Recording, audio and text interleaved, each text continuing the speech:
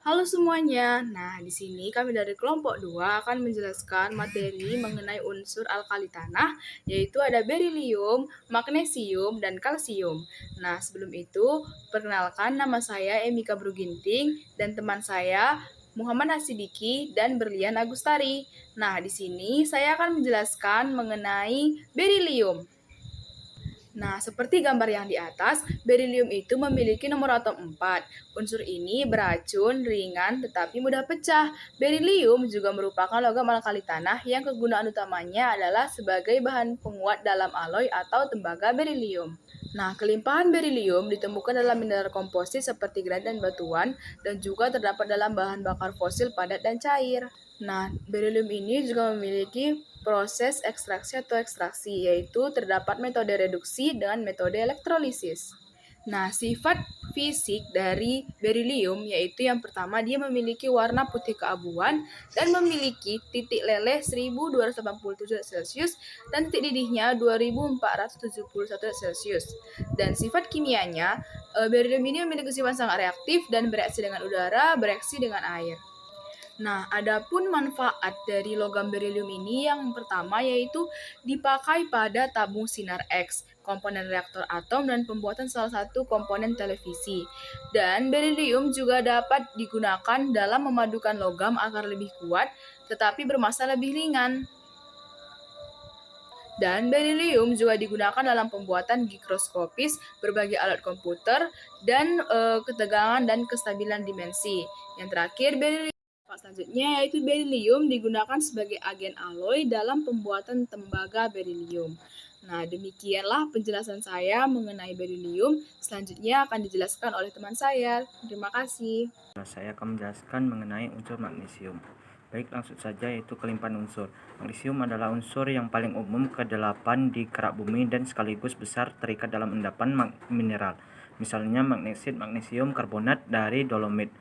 Di laut, konsentrasi magnesium adalah minus 55 mmol per liter dan di laut mati sebagai contoh ekstrem konsentrasi magnesium dilaporkan sebesar 198 mmol per liter dan terus meningkat seiring berjalannya waktu.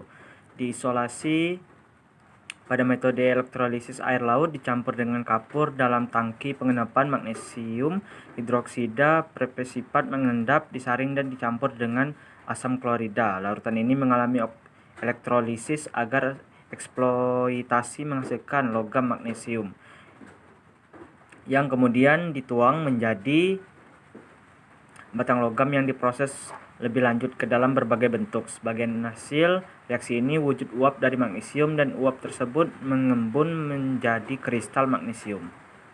Selanjutnya itu sifat fisik. Nah, di sifat fisik ini titik cair magnesium itu 992 Kelvin, titik didihnya itu 1380 Kelvin dan kerapatan massa itu 1,74 gram per cm kubik dan kapasitas panasnya itu 1,02 Joule per GK. Untuk sifat kimia itu Mg merupakan oksida basa sederhana reaksi dengan air, MgO ditambah H2O menjadi MgOH2. Reaksi dengan udara menghasilkan MO dan M3N2 jika dipanaskan. Reaksi dengan hidrogen tidak bereaksi. Untuk manfaatnya itu sebagai konstituen mineral utama pada molekul klorofil, membantu tanaman untuk membentuk gula dan pati. Sekian dari saya, terima kasih. Baik, di sini saya akan melanjutkan pembahasan dari kelompok saya, yaitu tentang kalsium. Baik, untuk penjelasan yang pertama, yaitu saya akan menjelaskan tentang kelimpahan kalsium. Berapa sih kelimpahan kalsium di muka bumi ini? Kalsium adalah unsur dengan nomor atom 20 dengan berwarna abu-abu keperakan. Kalsium merupakan logam kelima terbanyak di kerak bumi yang mencapai 4,1%. Hal ini tidak ditemukan di alam tanpa kombinasi, tetapi banyak terdapat dalam bentuk batu kapur. Nah, logam kalsium dibuat secara komersial dengan memanaskan batu kapur dengan aluminium dalam ruang hampa. Kalsium adalah logam paling melimpah dan unsur paling melimpah kelima di dalam tubuh manusia. sebagai elektrolit. Adapun proses ekstraksi dan isolasi kalsium umumnya dilakukan melalui dua metode utama, yaitu metode elektrolisis dan proses reduksi termal.